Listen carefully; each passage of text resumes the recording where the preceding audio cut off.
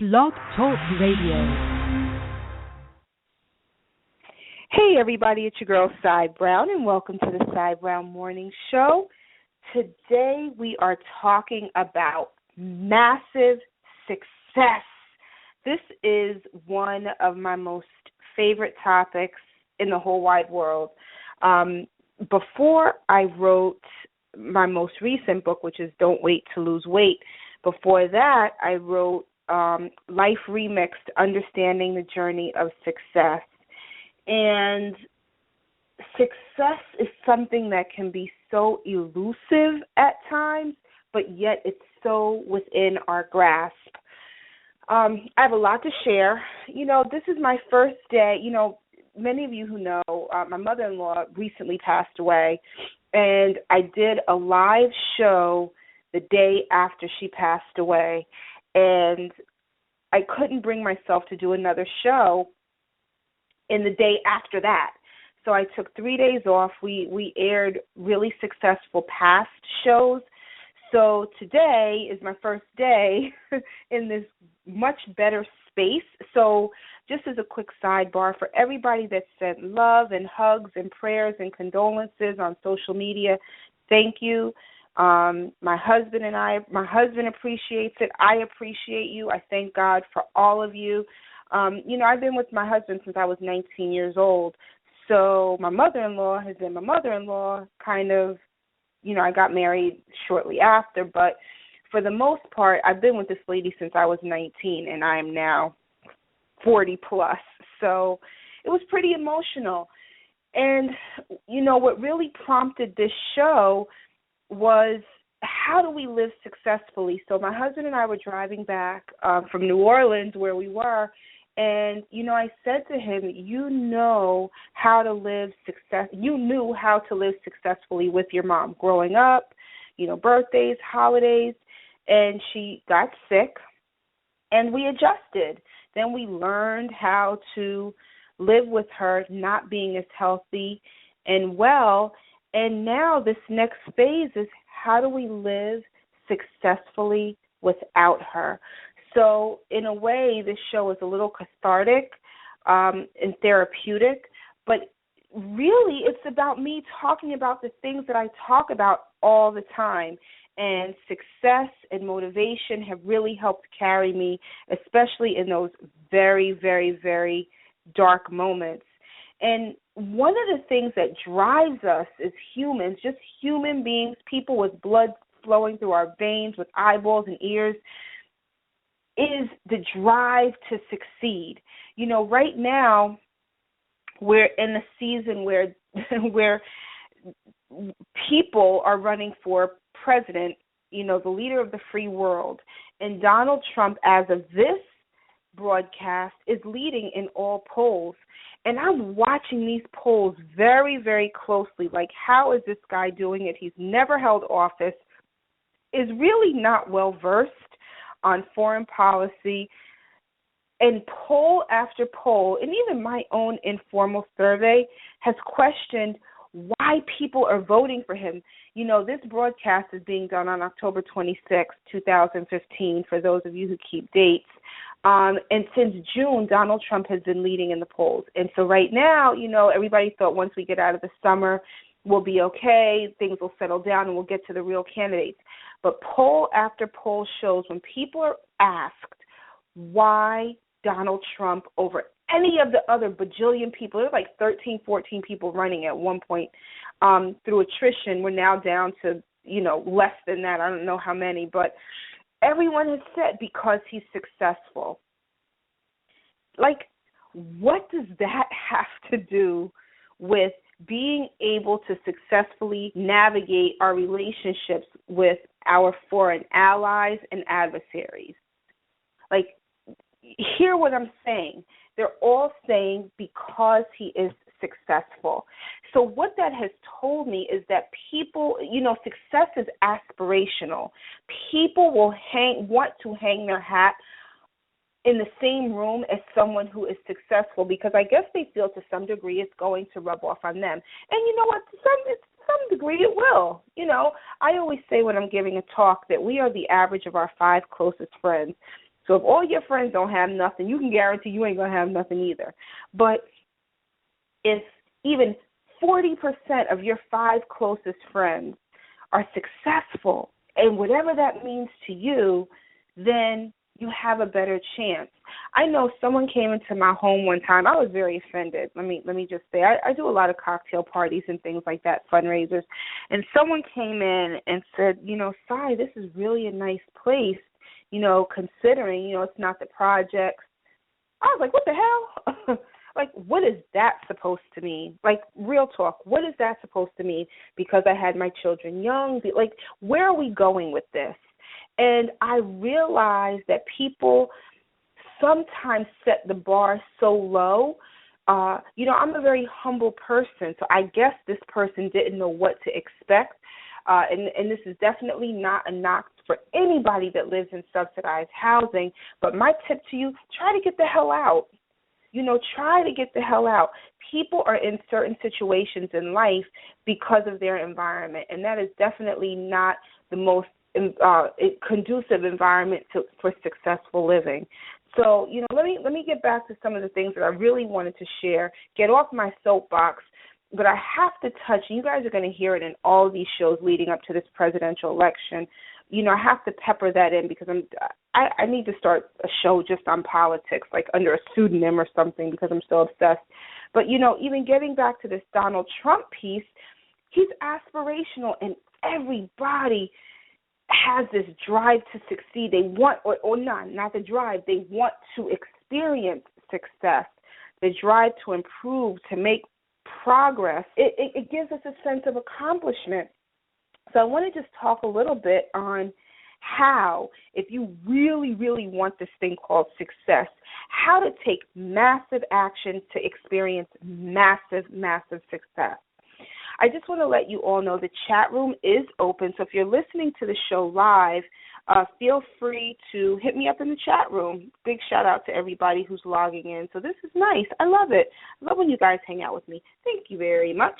But I believe the first thing you can do if you want massive success is to believe that it's possible for you. I doubted so long. I thought success was only for people with a degree or only for people that went to, I tried to get into Cornell, couldn't get into Cornell, and then I had to go down this long list of colleges until I finally went to where I went to. But the point is, I thought it was for everybody else. It wasn't until I realized and accepted and embraced that success is possible for me that it finally started to manifest in my life. Success is relative. If you have a job and you're making $8 an hour and you're now at 10, 11, or 12, that's success for you. It has to be relative. You can't always base your success on somebody else's success. The lives we lead are based upon the decisions that we make. I have some friends right now that are doing really, really well, and I have some friends that are not doing well at all. And it's really based on many of the decisions that we made in our life. But I tell you, it wasn't until I believed that success was possible for me that I actually started to manifest and see the physical manifestation of what I thought success was in my life. Tip number 2, act like the person you want to become. Now, a lot of people would feel like they're selling themselves out, they're being phony, that's not really who I am. I hear that a lot, particularly with people of color. Black people, we know 2 languages. We know how we talk about our friends, and then we know how we talk out in public. And, part of that is assimilation, but part of that is we just want better. We want better, and you really have to act like the person you want to become. And it's not about denying your past, denying your history, denying your family, but it's about stepping outside of your comfort zone and embracing the things that you believe are necessary to manifest success in your life. Next, you got to have some skin in the game. Somebody told me this a long time ago. Saida, you have to have some skin in the game. And I didn't understand what that meant. When I started my first company many, many years ago, I put on a suit, got my Coach briefcase, started going to all of these people that I thought could invest, and some of the best advice that was given to me was, what have you invested? And I didn't realize that I wasn't even as invested in my own business as I should have been. People want to see that you have some skin in the game, that you know what you want, and you're willing to go all out. I have heard person after, like Steve Harvey, Tyler Perry, all of these people say they slept in their cars. They've gone without food. They've slept, they've couch surfed because they knew what they wanted. They were very, very determined, and that was their skin in the game. That's what they had to do to get them to where they were. If you want massive, massive success, you have to be willing to leave everything out on the floor, and sometimes that means marriages and relationships. Hear me out. Sometimes that means marriages and relationships. If you really, really want it, baby, you may have to give up your marriage. I was there. I was like, I can't take it. My husband is the most amazing individual, but our visions for life are are not in tandem with each other in a work way. My husband has been blessed and is blessed to have a very, very good, solid, stable job. Me, I am that social butterfly who believes in unicorns and rainbows and wants to flutter and have all these entrepreneurial endeavors. And, you know, there have been some really tense moments up in our house. But I knew what I wanted, and thankfully we would always come to an agreement before it got to that point. But there were a few times I had to say, am I willing to go it alone for my vision, for what I felt God placed in my heart and in my life? So are you ready to do that? We're talking about massive, massive success here. This is what we're talking about. Have you vocalized your business? Have you vocalized your vision? Have you vocalized your life? I had a wonderful conversation with a young lady today. I'm not going to share her name, but we had a wonderful conversation, and she was talking with me about some of the things that I put on Facebook. I put damn near everything on Facebook. And I said to her, I did say, I'm not a narcissist. I don't put stuff on Facebook just so I can feel puffed up. I put it out there so people know what my intentions are. People know what I want. They may not be able to help me now, but damn it, if I don't say anything, I'll never get their help. I sent an email to someone at 4:22 in the morning when I was traveling back from New Orleans back to New York 2 days ago, and it was my bio. And it was my accomplishments, you know, my credentials for being a personal trainer and sports nutritionist, and what else was there? My media appearances, really big places that I've done keynotes, Olive Harvey College in Chicago, the NAACP, and I said, hey, I'm not sure how this is supposed to work, but I need your help. Here you go. And their response to me was, what do you want me to do with this? Do you want me to proofread it? I was so pissed. I was like, oh, my God, I just got dissed. And I felt a little butthurt for a minute. And my response was, hey, I sent it to you. It may not resonate with you now, but it may trigger something later, and I just wanted you to have it. And the person responded a short time later, okay, I'll take a look at it when I can. And I just put thanks. Later on that night, remember I said it was 4:22 in the morning because I was so pissed when I got the response. I looked at, why did I send this at 4:22 in the morning? And they first responded, around 7. Late that night, around 10 o'clock at night, the person responded and said, hey, Sai, sorry for the delay. I just got a chance to really look at it. We need to get this out there. And, had I never sent it, I would have never gotten that. So I don't know where this is going to go, but yet this is one other person who's helping me with my vision. If you don't vocalize your vision, I can guarantee you're not going to go anywhere. You have to vocalize it. You have to share. You have to let people know what you want, because if you don't, how in the hell do you expect them to help you have massive, massive success in your life? I don't know.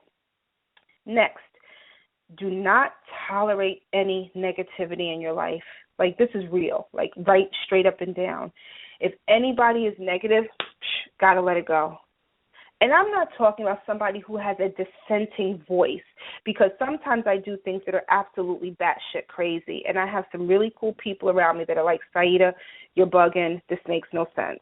Not those type of negative voices. I'm talking about Debbie Downers, people that are always, pissed off about something or other, people that pick a fight with the nail person, because I cannot tell you how many times I have gone to the nail salon and they've messed up my nails. Not in a crazy way, but I'm like, damn, we could have fixed that a little bit better. And I don't say anything. You know why? Because I'm going to go back, and sometimes they'll do this for free, and sometimes they'll do a little, like there's a little ebb and flow, a little give and take in life. But there are people in my life right now that I will not go out to eat with, I will not go get my hair done with, and I will not go get my nails done with them, because every single time we go out, they find something wrong. I can't rock with that. I just can't do it. I refuse to do it, and I won't do it, because I can't allow that in my energy, in my space, and in my spirit. I want massive success in every area of my life, in my love life, in my children's life, in my kitchen. When I cook, I want people to say, oh, Saida, this food is delicious, because y'all know I am not a cooker. My mother used to have Thanksgiving dinner catered, so she did not raise me in the kitchen. I know how to cook because I had 2 big old boys to feed. But I had to realize I may not experience success in all areas of my life simultaneously, but I know I can experience success in every area of my life, because it's all about perspective. I expect a little rumbling and a little grumbling. I said to my husband one time, I can't take this anymore. Every time I have a big project coming up, something happens. So much so, peep this. I just shared with you, my mother-in-law just passed away. She passed away a few days before my biggest launch party ever in book signing for my brand new book. I had liquor sponsors, a New York City venue chosen, invitation sent, RSVP, like a few days before she passed away. And I had to go. I had to break out. And I'm like, every time I get to these places where I have these big, big moments, something happens. I mean, I've been doing this show since 2008, and so I detail pretty much everything in my life, and I'm not going to go back and tell all of the stories, but I will say this. There's going to be a little turbulence. There's going to be some bumps just as you're getting to where you need to get to, and now I expect it. I knew something was going to go awry. Didn't know what it was. Something's going to go slightly to the left. Didn't know it was going to be the transition of my mother-in-law. But I had to roll with the punches. And because I've been on this journey of success for so long and things keep getting better and better in my life, it was much easier for me to pivot now than it has been in the past, because I kind of knew something was going to go down but didn't know what it was. So I put all these contingencies in place. Some people feel don't have a plan B. I don't subscribe to that. I think you got to be smart. I didn't plan my book signing and plan all these things thinking something is going to happen. But when something did, I kind of was like, okay, let me do this, let me do this, let me do this. And I was able to get through that situation in my life and be able to come out on the other side a little bit more prepared. If you don't expect turbulence in your life, you're dead in the water. And I remember when I started going to church years ago, but as an adult, like not as a baby Christian when you're a kid and your parents make you go, but as an adult when I really started to go to church, I felt like I was sold a bill of goods. And I remember saying to people that I felt robbed and I felt cheated. Like I thought because I went to the altar and had this beautiful moment with the Lord, I wasn't going to have problems. And I was pissed because I was like, somebody should have told me I'm still going to have problems. I thought, hey, let me go down to the altar, let me snot it up a little bit, let me cry, let me lay on the floor, and my life is good. Nobody told me, hey, Si, guess what? You're probably still going to have some more problems.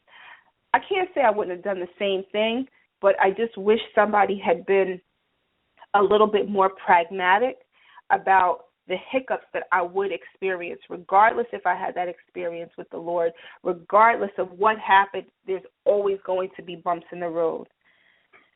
The last thing I want to share with you is about just massive, massive success. I think I'm actually going to make this a two-part series because there's so much more to share, and this is a 30-minute show. But you have to go hard or go home. When I became a personal trainer and a nutritionist, I literally closed the business that I have been running for the last 13 years of my life. That was not an easy decision at all. I had to go hard. I had to go 150% all the time, as much as I can. And so that way, when there were obstacles, because I was working in such a proactive way, I was always ahead of the game. You know, you do have a few hiccups here and there financially, but at the end of the day, I live by go hard or go home. I sent a text message to one of my friends yesterday, and it said, difficult takes a day and impossible takes a week. And she hit me back and said, oh, I have to borrow this.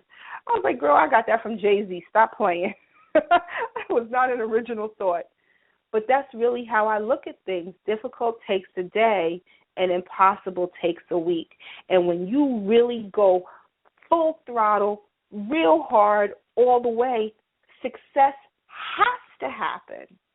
You can't, the universe wants you to be successful. God, Allah, Buddha, whomever you pray to, the universe, the creator, it is our destiny to be successful. But just remember, it's relative to your life. The universe will get out of your way when you state your intentions, you verbalize what you want, go hard at what you want, and don't let anything get in your way. Listen, thank you so much for listening. Time went by so fast today. Wow, that was quick. Hit me up on Facebook, Cy Brown Fitness. Definitely, if you missed the show live or any part of it, or you just come in last, I see a lot of people in the chat room. Thank you, everybody, and thank you for your condolences and continued support for our family. You can log on to CyBrownMorningShow.com, and you'll hear this podcast as well as a lot of others. I just want to give a quick note, too. We are in the process of uploading a lot of our shows from iTunes over to the blog, so you'll be able to go to CyBrownMorningShow.com and just be able to see our shows directly from the site. Or you can go to SoundCloud and hear some of the shows, iTunes, whatever. Or also you can go to Player FM and you'll be able to hear some of our past podcasts. So thank you so much for your support over all these years. Let me know how you're achieving massive success in every area of your life. Don't forget, I'll be right back tomorrow morning at 9 a.m. from New York. It's your girl, Cy Brown. Always remember that we shall pass through this world but once. Any good, therefore, that we can do or any kindness that we can show to any human being, let us do it now. Let us not defer or neglect it, for we shall not pass this way again. Thank you so much for listening, and I'll see you guys tomorrow morning. Hit me up, CyBrownFitness@gmail.com, and I'll see you guys soon.